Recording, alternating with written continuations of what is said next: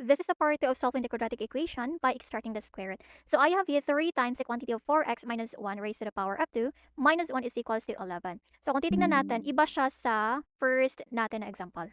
Okay, kasi wala siyang any number here. That's why dinivide natin siya directly both sides by the number dito. So dito naman, pwede natin ito siyang i-combine like term. So yung constant, since constant eto, the negative 1, we can, okay, partner dito sa positive 11 natin. Kasi siya is constant also. So once na i-transfer mo eto, mag-change yung sign niya. From the negative, kapag ita-transfer natin yung magiging positive yan. So, copy muna natin lahat bago tayo mag-divide both sides. So, copy the 3 times the 4x minus 1 squared is equals to 11. And then just copy the, okay, positive 1. And then solve muna natin. 3 times, we have here 4x minus 1 squared is equals to 11 plus 1 is equals to 12. Okay. So, dahil nag-equals na ng 12 dito, so we can now divide both sides by the 3. So, divide by 3, divide by 3 also. So, makakancel na tong dalawang 3 natin and yung matitira na lang is your 4x minus 1 squared is equals to, i-divide lang natin to. So, 12 divided by 3, 3, 6, 9, 12 is equals to 4. So, we're just going to write here 4. Okay, ayan. So, next step naman, para makancel atong exponent na to natin dito, isi-square root lang natin yan. So, the square root of equals, maglalagay tayo ng the positive and the negative, tapos the square root of, ano ba yung square root ng 4? So, the square root of 4x minus 1 raised to the power of 2, tapos lagay mo lang natin dito si 4. So, makakancel na tong exponent niya and also the square root sign. Yung matitira na lang dito, 4x minus 1 is equals to the positive negative.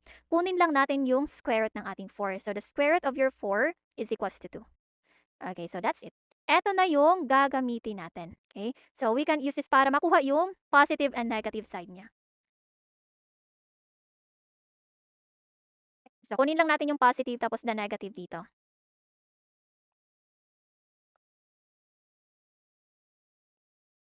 So, we have here 4x minus the 1 is equals to the positive negative.